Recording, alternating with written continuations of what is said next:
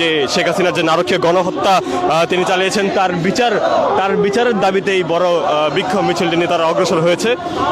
ইতিমধ্যে আমরা দেখতে পাচ্ছি শাহবাগ থেকে বের হয়ে হোটেল ইন্টারকন্টিনেন্টাল পার হয়ে ইতিমধ্যে এটি বাংলা মোটর রূপায়ণ টাওয়ার ক্রস করেছে। আমরা দেখতে পাচ্ছি যে একটি বিশাল বড় বিক্ষোভ মিছিল নিয়ে তারা আসে।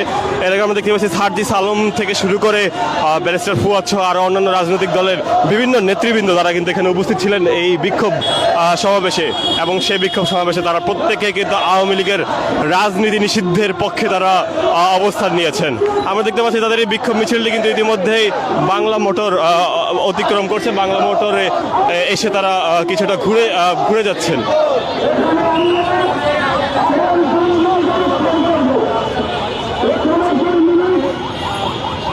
দর্শক দেখতে পাচ্ছি তাদের এই অবস্থান কর্মসূচি আওয়ামী লীগকে নিষিদ্ধ করার দাবিতে তাদের এই অবস্থান